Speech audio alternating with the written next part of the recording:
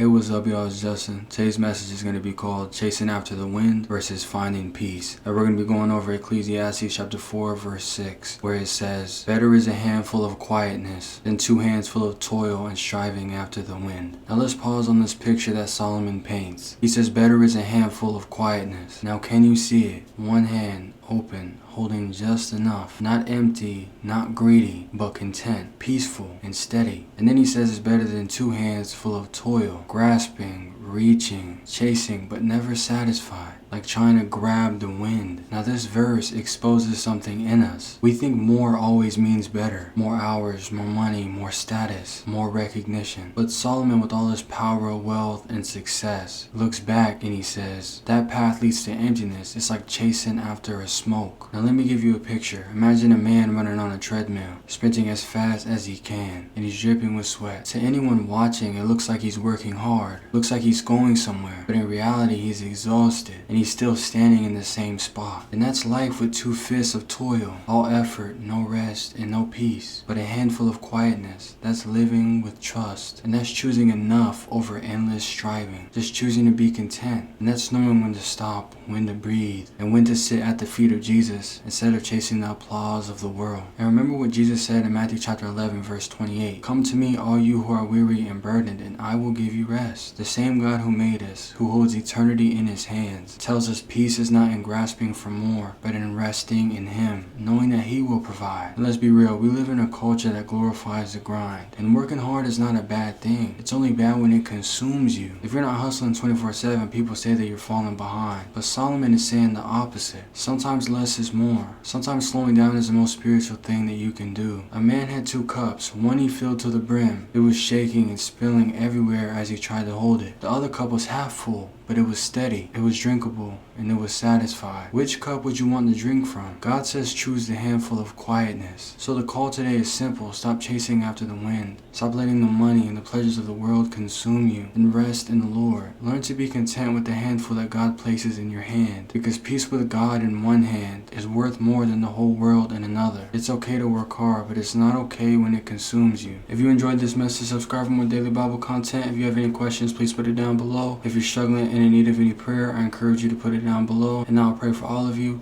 I love you, and Jesus loves you. Stay true, stay rooted, and stay with God. Teach me how to pray.